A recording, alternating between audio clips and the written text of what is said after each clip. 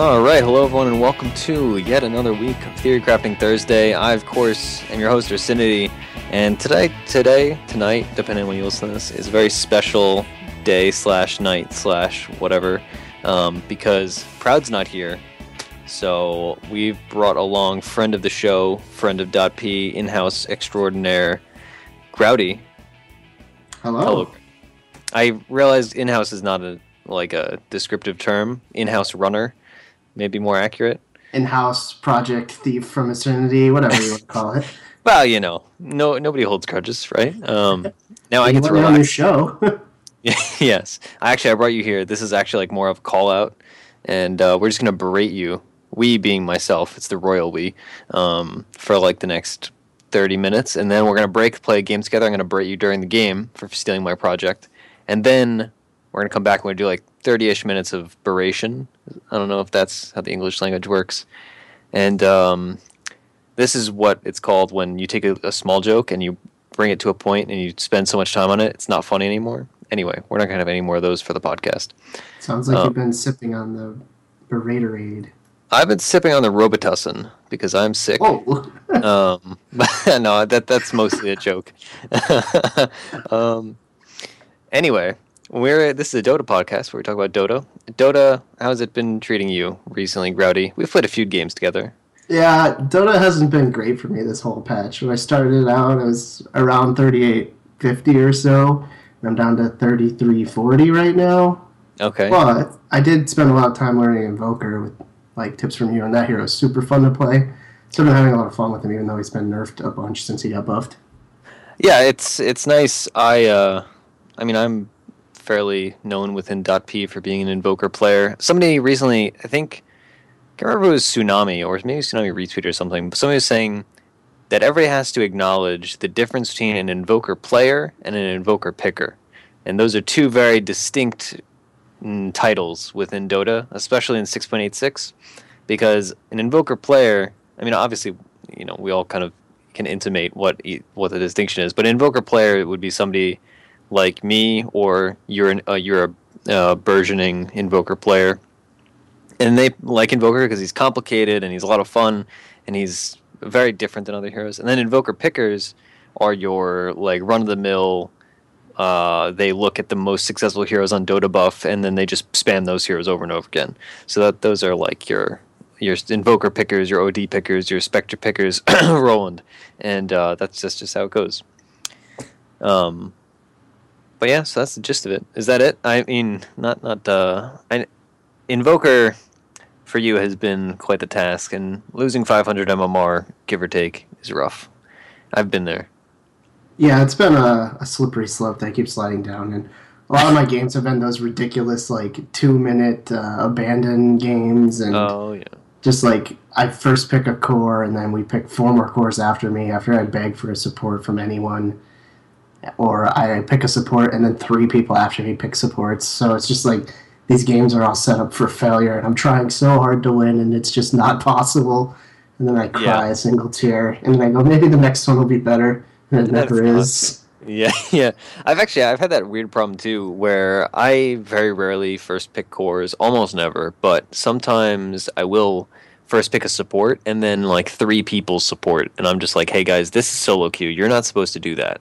And that has been a theme recently, because I do generally play support, as I will be more or less doing in our combo later tonight, which we can tease that, I suppose. Although me playing support in a combo is nothing new, let's be honest. But yeah, I've had a lot. I think your MMR losses have gone to my MMR gains. In my solo MMR has been going way up. Today I just dropped below, but I gained 500-ish solo MMR this patch. I'm up to 4,700. Although one can attribute that to the fact that I actually started playing solo queue, whereas I used to never play ranked solo queue. Yeah, it turns out that your numbers won't fluctuate much if you don't play. And but my party MMR is tanked. I'm down 300-ish party MMR this patch. And actually, it's not just this patch, because I did gain a bunch of party MMR early on in this patch, partially through the show. and then I gradually lost it. I know MMR is not the most exciting talking point, but it is. I care so little about party MMR that I don't even know if I've gained or lost it recently. So yeah, it's interesting mentality-wise. Where I mean, I'm still chiefly a tryhard, even in unranked, but I have like a whole new lease on Dota now that I'm playing a lot of solo queue, because every game just feels like is less stressful of solo queue, and every game of unranked is less stressful because it's just a game, right? I'm just trying to have fun. I'm trying to just play my best and practice. Yeah. So a game that I would have otherwise stressed over, same with Party MMR too, because Party MMR is such a joke.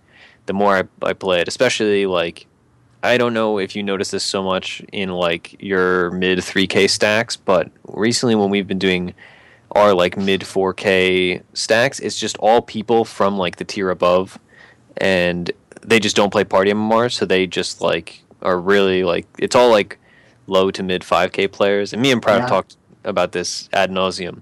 But is that a thing that happens in like mid 3K party? It's not as common, but I've definitely had like games where somebody that's like a 4,500 player will have like a 3K party and they'll just be in the game. But I mean, I'm not super intimidated by people at that caliber. It's until I see a 5 at the beginning when I start going, man, this guy's definitely better than me. Yeah. So it's not as big of a deal to me, but it happens sometimes, and it's annoying when they kill like your 2K party friends over and over when they play like Zeus or something, and they're just like 30-2 at 20 minutes, and your supports are both 0-15. Yeah, I've been at both ends of that, to a shameful amount. That's part of the reason why like playing with a huge difference in your party MMR is always either really, really easy or really, really hard, because like on more than one occasion I've joined stacks where it's just like a bunch of like low to mid 2K people party MMR, and my party is only like 4,300 right now, but like it's at like the maximum barrier for like the 2,000 difference that you can queue in. And it's just like, do I win mid or not? And if I win mid, we win the whole game. Because I just walk around and like, all right, I go at one mid, I'm going to walk down bottom, and I'm going to kill bottom and win you guys bottom, and I'm going to walk top. And it's really dumb. And that's one of the big reasons I've kind of developed the opinion that Party MMR is something of a joke, because it's just so easy to game the system. Not that solo MMR isn't any easier to game the system. I mean, I think that's true up to a certain extent, though, right? Because once your party MMR gets really high, you're not playing against, 9K players with 6K party MMR or whatever. So, like, I guess for the 1% of players that have 6K party MMR, they're getting solid games. Yeah, for, like, Attacker. I know Attacker at one point was, like, the only person with 7K party, I think it was, or 6K party or something. That's crazy. Yeah, and then there's the guy with 10K party MMR. Have you seen but that was abuse, right? It was guy. Yeah, he just abused it. Plenty of people, some of whom I may or may not know, and plenty of people abuse. You can do it in solo too. The MMR system is very abusable. Let's put it that way, because you can like the way to do it. All right, here's your. Sumail gave Universe 8K, right? In China or whatever. That may be slightly different. A slightly different example, because they're like the amount of people that queue up there is so small that you're just bound to run into each other, so you can do that. But the what you can also do, and again, this is like the pro tip of the week if you're just a scumbag, you can queue like let's see, I'm gonna open this up. What is the most obscure server? You can queue. So I could go Australia, right? Yeah, well, queue Australia is kind of populated. Which is a weird statement if you take that out of this. But like, there's some people in Australia, I guess. Yeah. Well, there's nobody in the middle anyway. Shout out to our Australians fans. But like, you could queue Indian servers during off hours and queue with like 9 bots that you've raised, or queue with your friend who doesn't care about MMR or whatever, and you just play off hours India. And even though you have 260 ping or whatever, like, you can just game the system, and nobody queues on those servers, so you can just reliably run into your friends. And a lot of people do this with, like, they'll queue off hours in, like, Peruvian servers, and they'll just play the game, but everybody there is playing at, like, 4 in the morning, so they're all, like, in some state of not their best. And Right. You can just queue in weird times, and it's really easy to game the system. I've known multiple people who have done such a thing. I would not advise it unless you're really desperate to like impress a girl or something, and you're like, "Yo, I got 4K solo or party." Look how big my MMR is, baby. Yeah. It's way easier to do with party. If you do with solo, you have to like get bots, and it's a whole process. Anyway, welcome to Scumbag Thursdays, a Dota 2 podcast. Scumbag Saturdays. Okay. We need to keep the alliteration running. Except for the Wednesday show, they don't need alliteration. They're special. You don't like Wannabe Wednesdays? Nobody likes Wannabe Wednesdays. I actually kind of like it. I feel ashamed now. Oh my god. We're not that desperate for alliteration. Although maybe we are.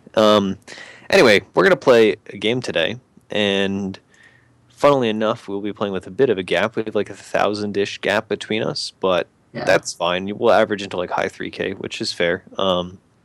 Anyway, the matchup we're going to be playing today is you and I are going to be playing Legion Commander and Wisp, or IO, the Wisp, in the off lane, most likely. Or even, we could actually mid lane this, or off lane it, or safe lane it.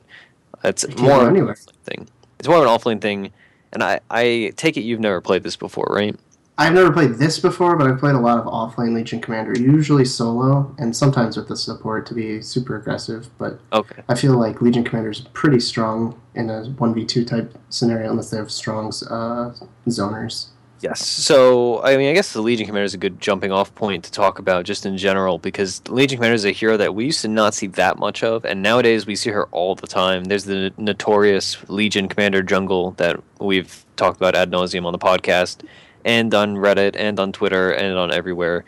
And everybody kind of knows the horrors of that. But Legion Commander is fundamentally a lane dominator. That's kind of what I've always thought the balance of the hero is that she's just so strong in lane between all of her abilities, honestly. She can just bully you out of lane with so many different things, and taking her into the jungle is so counterintuitive, because it's like you take a lane dominator. It's like taking a Viper into the jungle, right? Like Viper or a Razor, it's like you're balanced around winning lane and dominating and putting pressure, and then you're like, hey, I'm going to take that good point of the hero, I'm going to throw that in the garbage, I'm going to go punch some neutral creeps, and it turns out when you punch neutral creeps, it doesn't put that much pressure on your opponent.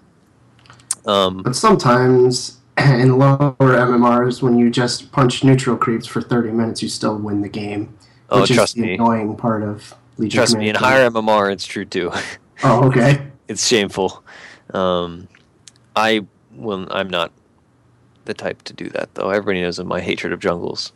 Anyway, so I understand you're the Legion player, and I am the Wisp player. I play a decent amount of Wisp, not a terribly large amount of Wisp, but I'm competent on the hero, I'll put it that way, and I look forward to it. I don't play a lot of Wisp, because he's she, I don't remember if the gender of the ball.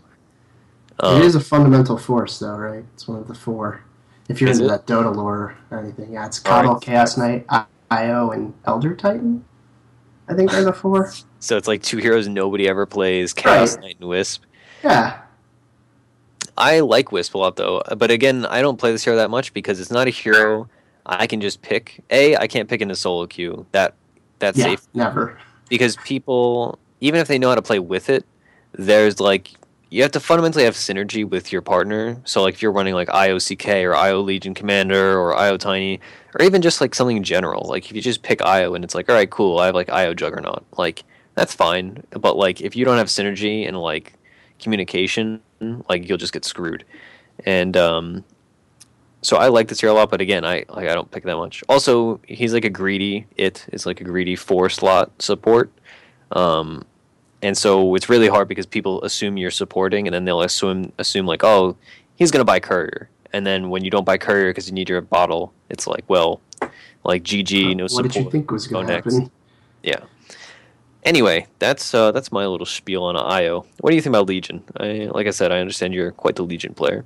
So, Legion Commander is definitely one of my favorite heroes. It was after I quit playing Dota. It was introduced shortly after that. So when I came back, I was like, what's this thing?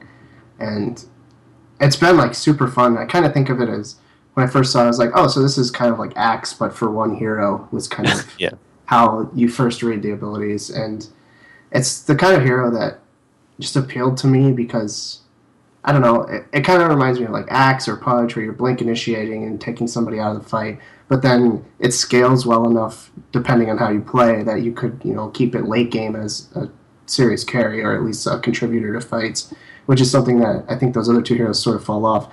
Yeah. Not Pudge as much anymore because of the 4-second, 9 million pure damage hook. Yeah, that heals you. That heals you. That's right. Ult. The ult heals you, but I mean, if you have an Octarine Core, doesn't that heal you too? Well, I mean, if you have Octarine Core, yeah, everything. I suppose Rot doesn't heal you with Octarine Core. That would be ridiculous if it did. But, so I played quite a bit of this hero in the offlane. I've done my fair share of jungling it too, shamefully, but I won't lie to you about it. This is a safe place. Yeah, I've ran Legion Commander in every lane. I think the safe lane is the worst lane for Legion, in my opinion, because I think other people can utilize it better. I like what you were saying earlier about being a lane dominator. I feel like if you're ahead in levels with Legion, you're doing well, and that's what matters the most. So I'm not too used to playing in the dual lane with her, because I'm used to being ahead on levels, and then just being able to spam the overwhelming odds on the opponents and then run them down a little bit for harass. And then when they turn on you, you always get to heal yourself with press the attack. So it's kind of an interesting dichotomy. And now that they added the bottle to the side shop, I really like being able to pick that up quickly and then control runes in the off lane for your mid. It's hard to contest her when she goes for the runes I've found because of just how beefy she is in the early game. Gotcha. So I know before we very generally spoke about what combo we were going to do, and you were mentioning that you have a weird Legion Commander build, and I very purposely, intentionally told you not to tell me until the podcast so we could get my reaction and me flaming you because it's dumb live. Because I assume I'm not going to like it. I don't think that you'll hate it, but it's definitely, most people would agree, suboptimal. But what I like to do is... Perfect. I'm glad that you know it's suboptimal. This gives me so much confidence. I said probably suboptimal. I'm not convinced yet. But I like to go phase boots when I play her in the off lane so that you can be more mobile in the early game and get your duels off as soon as you hit 6 without putting yourself in a bad position. And it's good when I have a supportive team that will, help make the duels into duel victories. Yeah. And it hasn't worked at all when it's just been me running after people trying to duel them, because the extra HP and attack speed is kind of important for winning duels by yourself. But if you have, friends with you and you can go and grab a person before they get under their tower because you just have that quick burst of speed, I found that works out pretty good. Okay. Another thing on top of that if I'm snowballing, I'll go armlet second item before a blink or a shadow blade or anything to reposition myself. So then I just win duels by punching you really, really hard. Okay, all right. That is probably the point where you're gonna be like, no, that's wrong. So all right. I'm glad there are much weirder builds that you could have said that I would have protested to. The phase boots I'm kind of fine with. I don't think I see the logic, right? I think there's an important thing, and something I try to do, especially whenever I cast, is it's never good to just say, that's dumb. You have to reason everything out and think, A, what are the upsides and what are the downsides, but then see, what was the player thinking when they did something. So, going phase boots on Legion, I would agree with most of your detractors that it's probably suboptimal just because, you have so much flat damage eventually that the attack speed benefits you so much. But I have seen this build work before, so I'm pretty fine with the phase boots. I think there's a weird lack of synergy though if you go phase boots armlet, because the whole point of armlet is that it's a cost-effective item that does a lot of damage, and the whole point of treads is that it gives you damage, right? Or it gives you attack speed over the damage that you get from phase boots, right? So my way of thinking is that the armlet, you'd be benefiting more from the armlet damage if you have the attack speed from the treads, whereas if you were, I'm trying to think of a build that would really require phase boots, but I don't know. In general, the armlet is more of, if I'm snowballing, I'll get it before I get a blink or blade mail or anything else, and it's not necessarily I always go phase into armlet or I always go treads into armlet. It's more just how the game is shaping up. Okay. But a lot of the times when I do go phase boots, I'll pick up blade mail even before I'll get the blink, because I can run people down and I just kill them with themselves at that point, and it helps her mana pool since you're giving up treads for that. so you can't toggle to cast any spells before you duel. Yeah. So do you go bottle or soul ring or nothing? Almost always bottle now that it's in the side shop, but I've done both. And with the Wisp, I'm assuming it's going to make more sense for me to go soul ring first and have you just get the runes. Maybe. I'm a big fan of soul ring wisp actually. A lot of people don't do this, but it's actually like one of the best wisp like utility items because it's just a free 150 mana on like whatever it is, like a 15-second cooldown for your teammates because it doesn't cost them health, and you have tranquils or whatever, so you regen the health. I like that build. So would you rather that I go bottle and pass it off to you to go get runes then? That could be good. Okay. I wouldn't be against that. I probably still will go bottle. I have games. I would say bottle is like mandatory on Wisp unless you're Korean and you do the 4 vitality boosters build, which if anyone's watching the majors, that happened, and it was interesting and it won. I think I didn't watch the actual game. Anyone can build anything on that team if Kuro is playing his best. That's true. That guy's ridiculous. Yeah, I for one, to quote EE, I for one welcome our Korean overlords. He probably didn't say that actually. Somebody else did. Anyway, I'm pretty sure he did say something like that or has reiterated it. On his Twitch, he had one like string of things like somebody was like, "Oh, when will you quit Dota professionally?" And he was like, "Oh, I'll quit once the Koreans start like really showing up and doing well," because he's like, "Then we know it's only a matter of time until we all just lose." Yeah, and so far that hasn't happened yet. But MVP has a strong showing. Well, everybody was kind of feeling it at TI this year until they got knocked out, but nobody expected them to go anywhere in that tournament, and they got 7th, 8th, right? Yeah, dude, March is like one of the coolest guys in esports I've seen. Awesome. Even though he's not on the team anymore, but he really invigorated me to enjoy Korean Dota. Plus, good friend of the show Ginga K is quite the MVP fan, and I just can't help but root for MVP. Yeah, I retweet everything that he says for MVP. I'm like, yeah, because I was super big into Brood War back in the day, so I'm also kind of a fan of Korean esports. Nice. I like StarCraft, although I was an observer. I'm like the most garbage StarCraft player, but theoretically, I loved the game, and I had a lot of fun watching it. Anyway, to get back to Dota 2, or just Dota as they've rebranded. What am I going to do on IO? The answer to that question, like we kind of talk about Soul Ring Bottle. You have a lot of options on IO. Some people really like Urn. Urn's a pretty generally accepted good item. I am a fan of Yules. I think like IO builds really depend a lot on the game, so I'm not too worried about theory crafting anything that way. We'll probably talk about it after the game because IO builds just change so much on the dime. Like Guardian Greaves nowadays are really legit, but at the same time it's like a ton of money and you can get more effective healing from other items. IO is fun to get a Dagon on. I'm probably not going to do that, though. Please don't. I've played a number of E-Blade IO games. I was going to say, E-Blade before Dagon, please. Come on. Yeah. Well, it's you have funny a reputation to uphold. I just build Ghost Scepter all the time on heroes, and that's kind of like the genesis of the E-Blade, or the Ursinity E-Blade meme. But that's just how it is. And IO has 0 armor, right? Good question. I don't think in the garbage new Reborn client it doesn't say the stats of heroes. So, actually, maybe I lied. It doesn't, of course. Oh, no, it does. No, it doesn't. I saw my stats and I was like, oh, it's weird that they would say my, but all right. Anyway, I'm pretty sure IO has 0 armor. Anyway, because he's got a match with Void 90. 40 Agi or whatever that you get from E-Blade helps your armor. Perfect, yeah. It makes complete sense to me. I look forward to seeing your Legion Commander play because Legion Commander, I'm a big time Legion Commander player. I'm more a fan of the like general static build where you just go like treads and then bottle or soul ring. I go soul ring more often than I go bottle, to be honest, but I like both. And then you do just blink blade mail or drums blink blade mail or drums shadow blade mail. The Shadow Blade, the interesting thing about Legion, and not a lot of other heroes have this, but Legion Commander, if you're Shadow Bladed or Silver Edged, if you Q your ult, it does the full damage from your from the Shadow Blade / Silver Edge, and applies the Silver Edge debuff while like coming attack out and duel, queuing the right? ult, Yeah. which is a really novel thing, and I appreciate that. And ever since I learned that interesting interaction, it kind of made me reappreciate Shadowblade.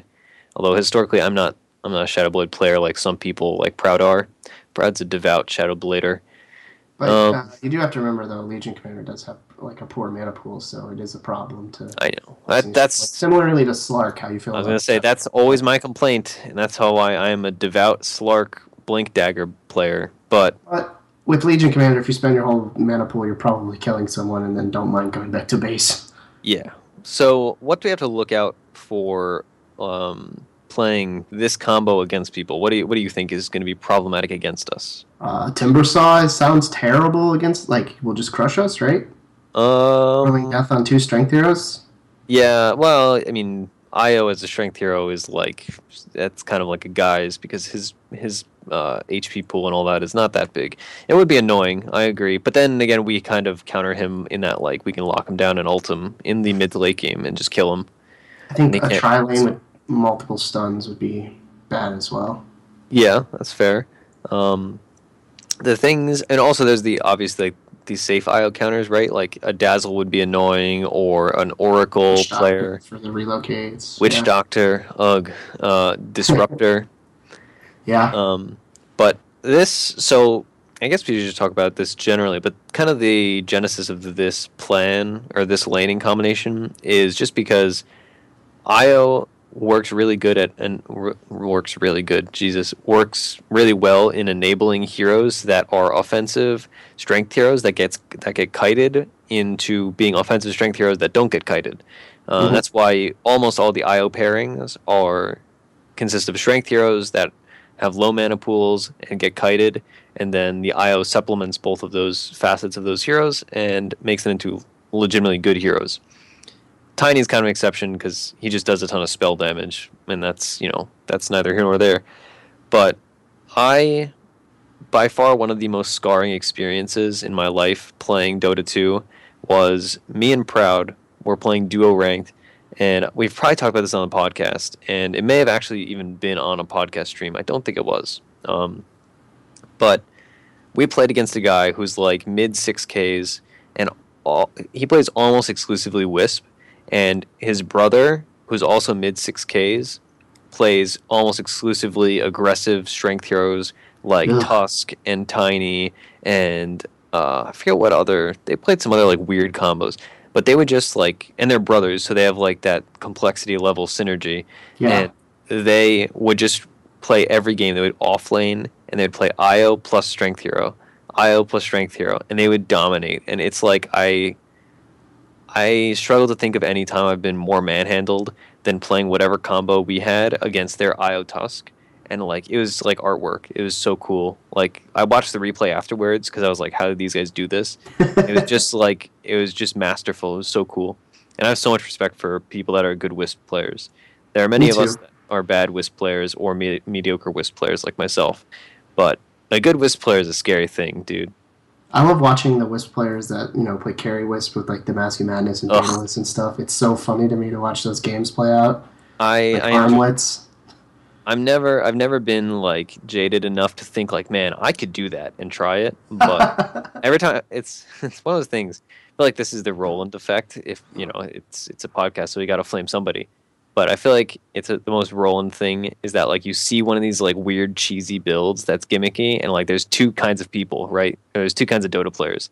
There's one that sees it and they think like, wow, that's crazy. Like I could never do that. Like that's just so off the wall, and like it works in such a weird way. Like you'd have to be really like you have to really be singularly a Wisp player to play like the carry Wisp gimmick thing. And then there's the second kind of player like Roland, who sees these gimmicky like Wisp things or a like gimmicky jungle, and he's just like, boy, that's the coolest thing ever. I should do that. I should learn to play that. And yeah, I think you and I are on the first plane of existence, the admiration from afar, as opposed to the dive into it and learn it plane. I'm more on the first side. There's some things that get me, and I'm like, I'm playing that right now.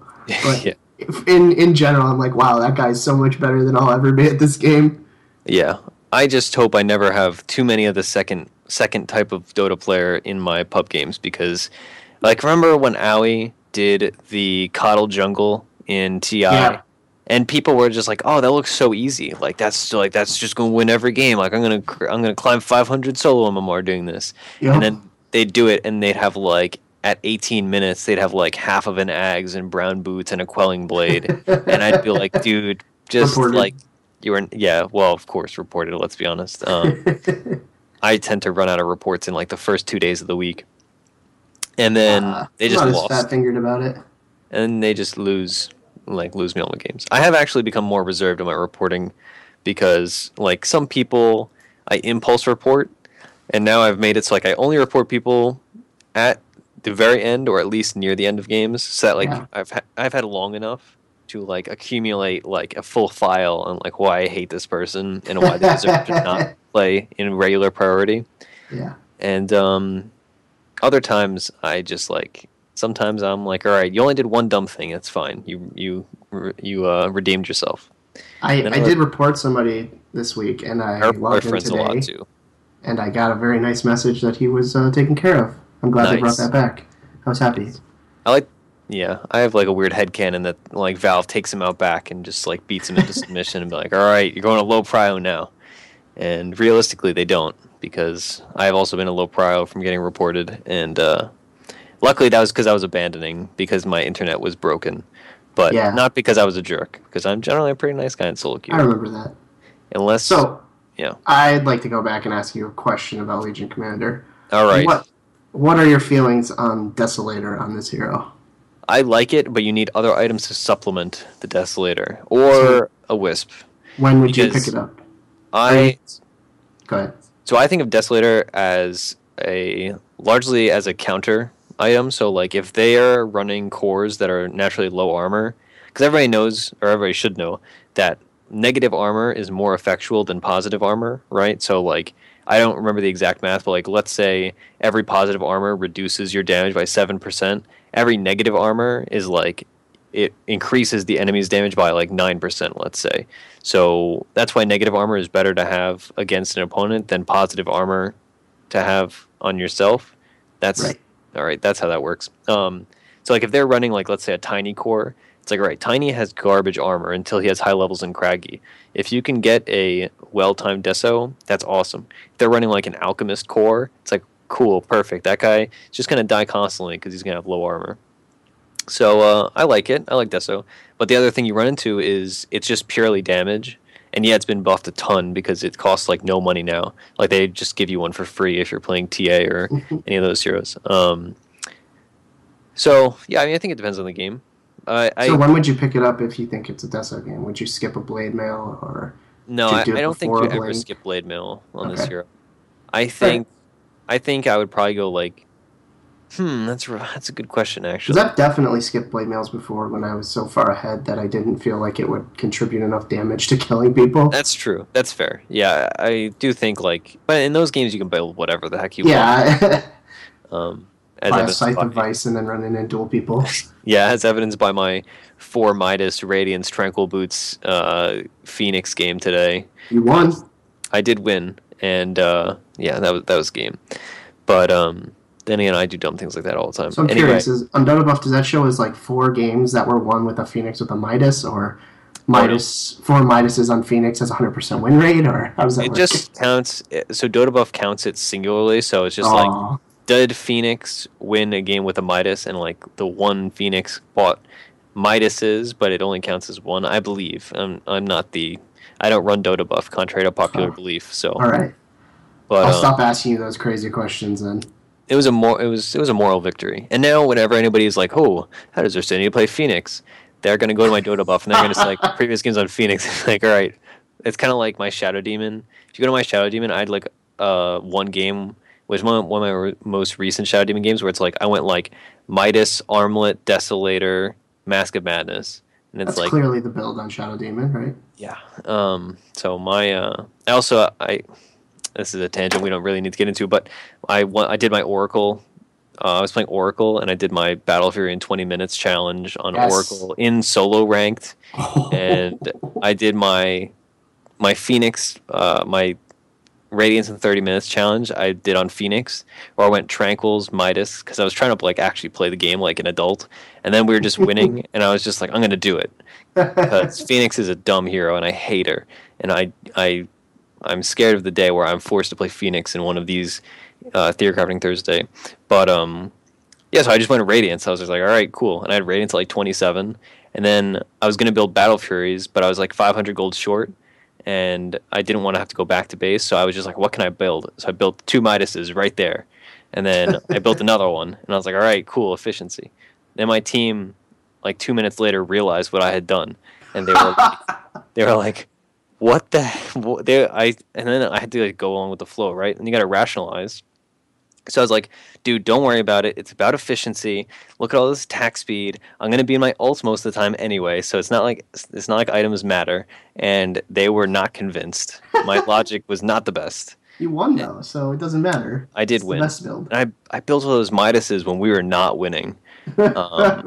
Or no, we were winning, but we weren't winning by that much. And it was like, I built 2 Midases before we had even taken Arax. It was just like impulse. I was like, let's do it. All right. Oh, jeez. Anyway, before this drags on anymore, we are probably going to hop into this game right now. Do we have any closing thoughts, Grouty? No, I just hope that we have some sweet relocate ganks. And the VOD looks awesome.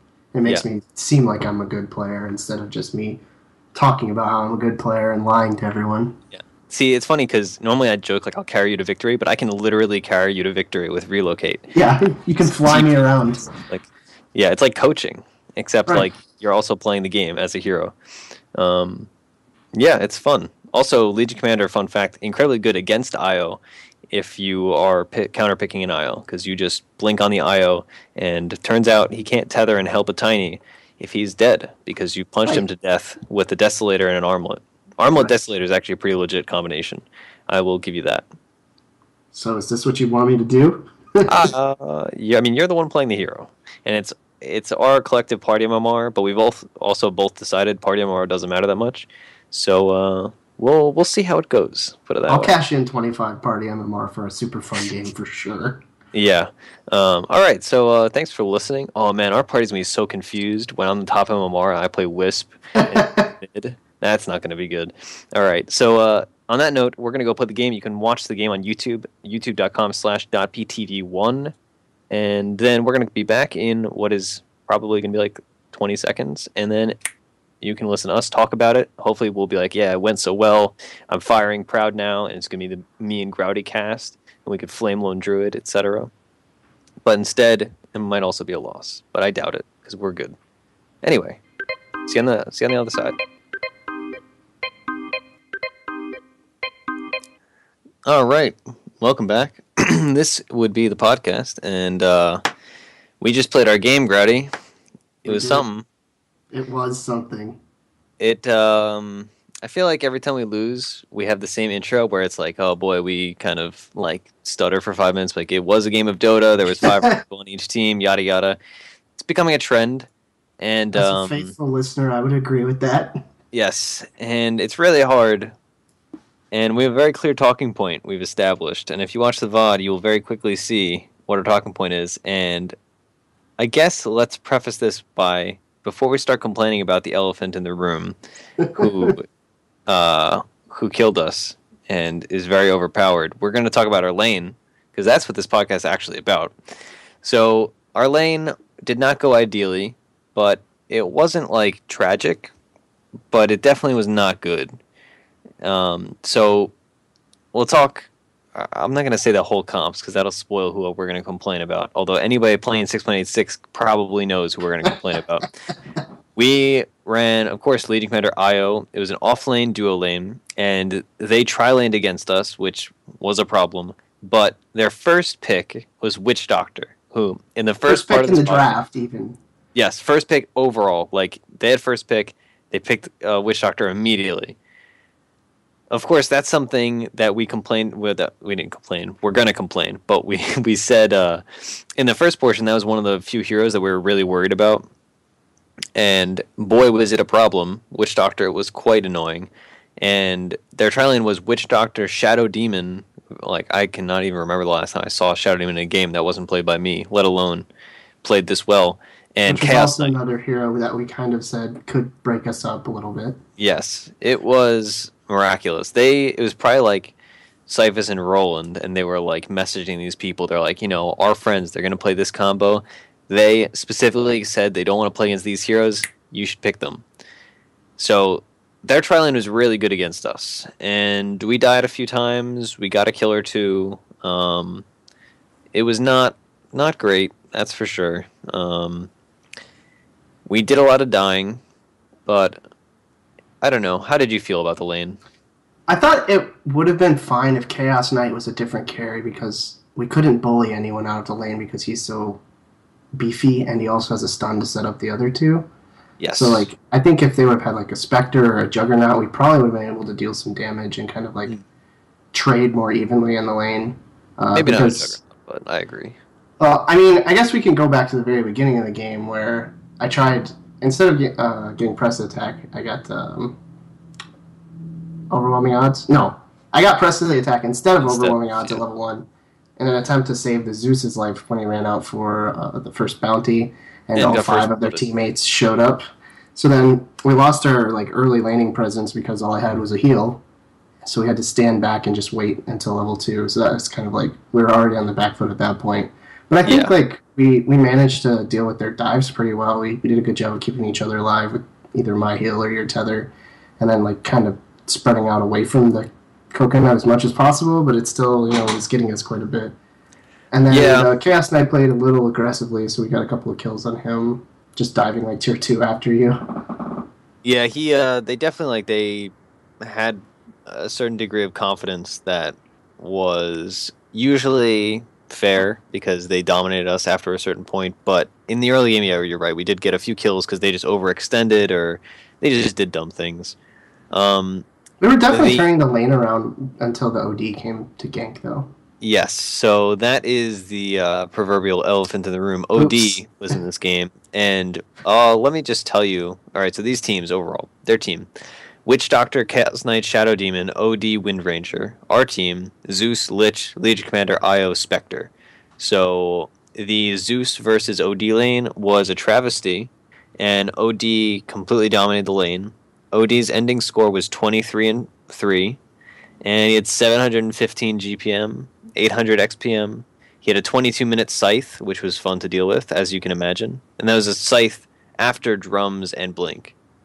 So it was taxing emotionally, and it was freaking horrific. That's the best way to describe it. That hero is so overpowered, it actually hurts my head to think about how they've been continuously nerfing Invoker in all these little patches, which is fair. He was definitely way too strong.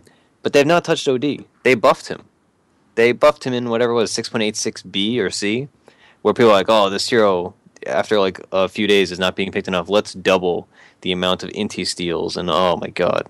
It's a travesty that this hero exists when you can't pick Nyx against it. It was rough. It was painful. I'm scarred. It was not a fun game. I think the reason it hasn't really been nerfed is because in competitive play, you can clearly counter him, but in pubs where your coordination isn't great, he just kind of runs wild, and he's very similar to a Slark, where the longer fights drag out, the worse it gets. So if you can't kill him right away, and they had a Shadow Demon to save him, he could banish himself. Witch Doctor had a heal for him. So any fights that we tried to kill him in, we didn't really have burst. We needed a Laguna Blade or something on our team. As much as I hate Lena, to instantly delete him from fights, but we didn't have that, and the Zeus was pretty handily crushed by him. Yeah, he just snowballed, and it's kind of like what we spoke about earlier in the episode about how when you play the big gap, sometimes there's just one person that's notably higher on the other team. So this game averaged out to 3,600, I think, and it was 38. 38, yeah, and both teams had I think they had a 4,400 party guy, and I had or I think he was 4,400 solo, and then his party was something else, but he was notably higher than the rest of them. Yeah. And I was also notably higher on our team, and then I was playing Io. Yeah. And that was less than ideal because while on one level I'm a firm believer and my win rates would show that supports have very clear impacts in games. The myth that you can't win games single-handedly, or at least have a big impact in a game as a support, is just something. It's a very defeatist attitude, and it's definitely not true. But the thing is, in a game like this, when there's a big differential between like MMR on each team, when the mid matchup is not even, when like you have one team with a 4,400 guy on their team in mid, and our team had like some like probably like 3,500, 3,600 guy in mid, it's just not like even, and so that just like gets skewed so hard, and that like the game was very, very defeated from an early stage. And yeah, this OD just like, he just did everything that was cancerous, as ODs tend to do, and it was just miserable, honestly. Like it was not a fun game of Dota, which is rare. So yeah, it didn't really feel like we were playing much. Like we didn't. I never felt like I had a chance to really make a huge impact on the game or swing things around. Like I had to go blade mail before Blink just to try and stay in fights and deter the OD from attacking us. But at that point, he just didn't care. And half the time, I was hexed before my blade mail could even be activated because of his blink. So it was like I felt just on the back foot the entire game from that first blood and the try against us. Yeah, and when we would go on him, like he would just banish himself and then blink out because it refreshes the blink time. Right. And it was just silly. Like it definitely, exactly, like we were on the back foot the whole time. It just fundamentally, like, it was 15 minutes and I was getting two-shot by the enemy mid-hero. And it's on just the bright side, I did win all of my duels. Nice. Perfect. 2 of them, in fact. All 2. that was the goal, clearly. Yep. But yeah, so that was that. Honestly, like, I don't want to hem and haw too much about the hero. Everybody kind of knows it. You're either like a scumbag and you pick it, or you are just going to complain about it like myself. And we actually jokingly were considering just playing OD combos for the next, like, until 6.86 is over, until that hero's nerfed. Because, boy, this would, instead of being Theorycrafting Thursday, it would be the MMR farm. And Proud and I, or whatever various guests we have, would just gain MMR, and then gain more MMR, and then continue to gain. At what point does it become a plantation and not a farm? You know, I think that would be it. If we, like, had other people playing these combos too and also farming MMR, and then like we all combine the MMR at the end. Like if we had an account, okay, so here's the MMR plantation, because this guy, and not like this is going to get horribly offensive or anything, but me and Proud we're not going to the theoretical MMR plantation. What we do, me and Proud, or me and you, whoever, create accounts. We get them to be able to play in ranked. We get them calibrated, whatever. We buy them. Sure, who cares? It's the internet. We can buy accounts. Find some friendly Theoretically, don't do that. Don't do that. You're ruining my pub games. I hate it. .p does not condone buying accounts. Yeah. And so you buy accounts, and then you share the login info with like a dozen people, and you tell them, hey, you're always going to play Omni Knight, and hey, you're always going to play OD. And then we don't even need to play the accounts. People just get MMR for us, because there's actually no way they can lose. There's like a 10% chance you lose playing OD Omni, and a 90% chance you win. And that's how we would start our MMR plantation. I'm glad we diverged onto that tangent, because that's like the epitome of good pod right there. It's clearly more entertaining than the game that we just played, though. Yeah, except honestly, for that OD, man. That was probably the best game of his life. He must have just had a big old banana grin the whole time. Yeah, that guy. Again, like, it's party MMR, so I'm not too salty, but I see it in solo queue too, and I lose solo games because it's just like, oh, they have an OD. Actually, my last solo game I lost because they have an OD. And it's just like, it's just miserable. Like, the Nier is so not fun to play against. I mean, anything you just get wrecked by is not fun to play against, but it's really just not cool. I'm not a fan. What other stuff do we have to talk about? I mean, I think we played pretty well together as like the pair of IO and X, except for the one time where, you know, this is where the communication between the pair, this is the first game we've ever tried this together. I kept running when you were relocating, and I broke the tether once. But aside from that, I felt like we were pretty on point. I was, you know, usually in the right areas when they went on you so that you could tether out. And then there was that one unfortunate time where the coconut bounced off of neutrals and hit you instead of any other neutral in the camp while you were tethering. And I was like, oh no, why? That's bad luck. That's when like the gods of Dota did not want you to win this game. They're like, all right, this has 3 other targets to bounce to, but it's gonna bounce to you, and It's like, then no, it's they gonna picked also bounce to OD. you again. Nothing Yeah, good can happen for you. They picked the OD. You messed up. yeah. It is silly. If you go to Dota Buff and you check win rates, like OD is in like some absurd amount of games. Is he It's in like the third? 30%. And he has like a 55 to 56% win rate alone. And then when you compare him with Omni, it's like an over 70% win rate. Well, Omni by It's himself is over 60, right? So he's the it depends on the highest win rate. bracket. Oh, that's true. I think it was I was near thinking, 60. I don't think it broke 60. But it's a lot, basically. That's the gist of it. And that is the way, like, if you want to climb MMR, just pick Omni Knight, honestly. Like, that hero's so good. Even though they buffed Diffusal, still nobody buys it. So, Omni Knight, good hero. I actually played a Doom game once where I had the creep to diffuse with, Oh, that's one. a diffusal, and I had what was the other thing? There's like a third thing that mattered for Omni Knight. For diffusing, you can diffuse Yeah, things like with a Yules. Yeah, I had a Yules, a diffusal blade, and the purge creep against an Omni Knight, and we still lost. I was so mad. Yeah. It's like, what else can I do for this team? Yeah, you just run out of charges so fast. I used to play a lot of Omni Knight. I haven't played him recently. That's what I should do for my climb to 5K. I've only got a few hundred MMR to go, and I could just play Omni Knight. Yeah, you could probably crank that out. Yeah, I mean, so I guess we've kind of discussed the game enough that we can kind of get off on our tangent, because I've had a good time streaming some solo ranked games, and I've been climbing a lot, because like I said earlier, like I've actually started playing solo queue, so the MMR is just coming my way. That's what it feels like. But because I was all invigorated because of the whole March to 3K, March to 4K that community members and hosts have been doing. So I figured I'd do a March to 5K, and I'm all about it. It's been a good time. I am currently sitting. What am I? Like 46.60. Yeah, 46.57 after losing 25 points today. But it's fun, and I've been mostly supporting.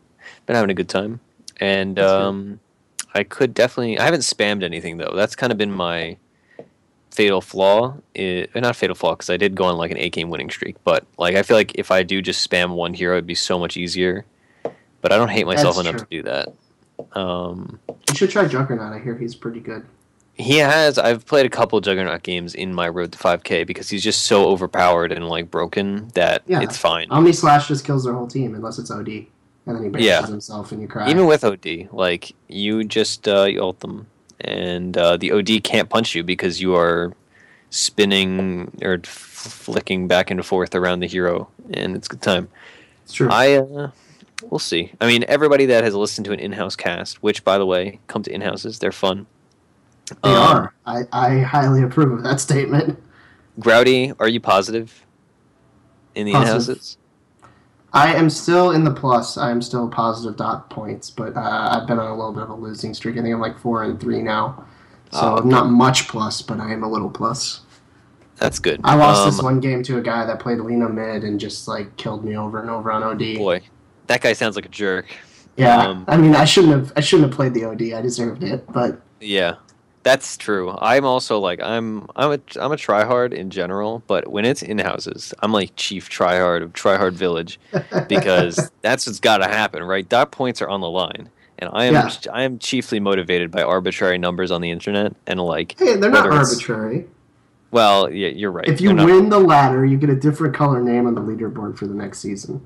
You will stand out above all else. Yeah, that was our decided prize for first place. So we just wanted to award everybody that like comes to the in-houses and plays. We wanted to give back to everybody in the community. But if you get number 1, you're like that gold name. That's my name.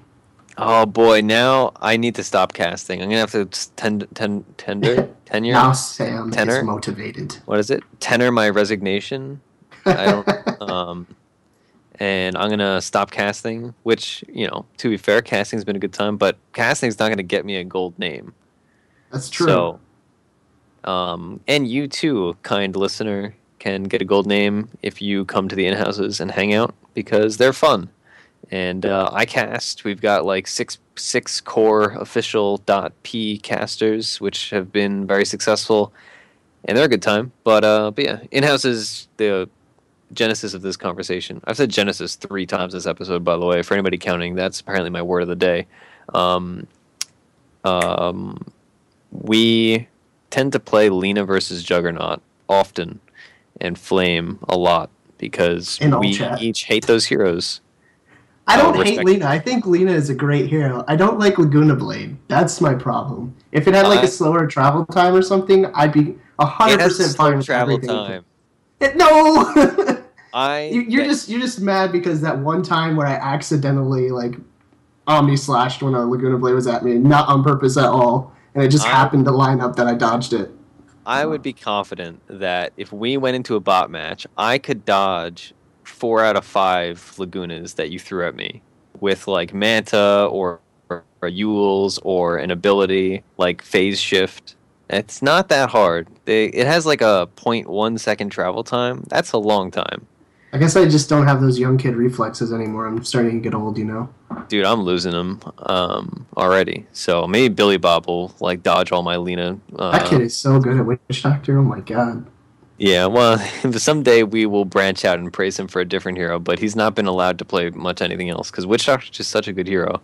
Yeah. And now it's even getting respect banned, which is I did it when I played him last time. That's first ban. That's an important. That's like a good feeling, right? If something's getting respect banned against you. Support respect ban. Yeah, support it's a good time though. Again, in-houses are fun. I like normally we'd talk about the game a lot more, but like this game's just such a stomp. Like really, the crux of our points is basically just like, hey, OD is dumb. If you really like I feel like if Roland or Cyphus are on their road to 3K competition, if one of them just starts playing OD every game, that person is gonna win. Yeah, it's just like treads, drums, blink, and then you win. Yeah.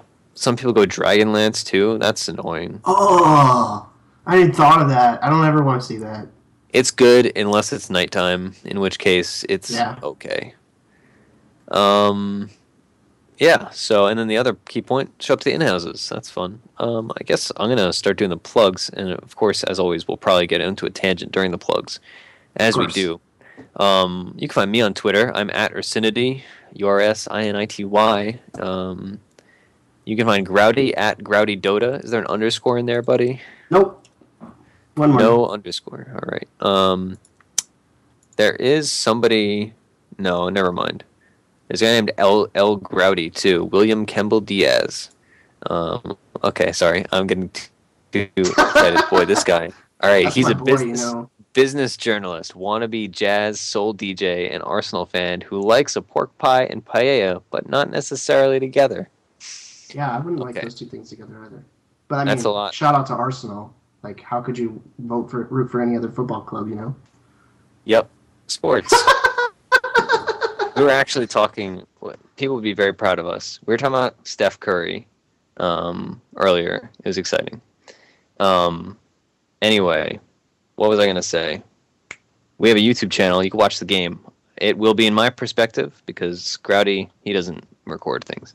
I could have, but I forgot. Our YouTube channel, don't worry about it. You can't record things. It's fine. Nobody's making fun of you for it. It's just a simple fact of life. Our YouTube channel is .ptv1. That's a numeric 1. Our website, of course, where you can do all kinds of things. You can look at the ladder, see our dot points, see my shining whatever I am, 4 and 1, I think. defenseofthepatients.com, and I think it's /.pihl is the ladder specific. Yeah. And you'll find all the rules for the in-houses. We have them Thursdays and Saturdays, 9 EST, and all that. We have a subreddit, r/defenseofthepatients. You can find us there, talk to us. Email defenseofthepatients@gmail.com. And again, plenty of venues to talk to us. Flame us. You know, if you're an OD picker and you want to defend yourself, you can try. I'm not going to really entertain it, but feel free to tweet at me or be like, hey, I deserve to be in 6K, so that's why I've been spamming this hero. And I've raised from 2K to 6K because that's how good OD is. And yeah, in-houses, that's the last point, I guess. We've standardized them a lot more, so it's simplistic system. If you're listening to this on the day it's aired, you have it tonight. You could possibly show up. You could play them. If it's your first time, you get preference too over people who have already played a whole bunch. It's all in good fun. And yeah, that's the gist of it. Grouty, any closing thoughts? Anything you want to plug, shamelessly or shamefully? Just the last thing I want to say is on that ladder tab, you can find the link to our Discord channel where I think it's the easiest to contact anyone. Everybody's always in there, and it's very active all the time. And don't be afraid to join in the conversation. Everybody's super friendly in there. Yeah, Discord is awesome. I will confirm it is a good time. I spend way too much time on it. It is actually like horrible for my work productivity, as are most things that are not my job. So yeah, join Discord. It's ruining tons of employment opportunities all across the .p community. It's a good time. Even if you just want to creep and sit there and listen and not really contribute, you can still just watch us speak, and that's something, I guess. Also, you need to have it if you play in the in-houses. That's like one of the 2 rules. So Discord's nice. We like it. Also, there's a client and there's a in-client client or in-client web page. What the heck am I saying? There's a website. There's a web-based version, and then you can also download a standalone client. Exactly. Computers. All right. So you don't even have to download the program to talk to us on Discord. You could just open up, Chrome or Firefox or Internet Explorer or Safari, and then just paste that link, and it'll take you straight into the chat. Probably not Internet Explorer, though, let's be honest. I want to be inclusive here, okay? We're not inclusive. Some things are a bridge too far, Grouty, okay? Okay, I'm sorry. I will have no Internet Explorer users on my MMR plantation. All right. All right, well, just remember, this, of course, has been our theory, and in which case you lose, it's probably your fault, possibly the OD on the other team's fault. Also, probably your fault, too, let's be honest. I played really badly this game. But that's just how it goes. Anyway, thanks for listening, and see you next week.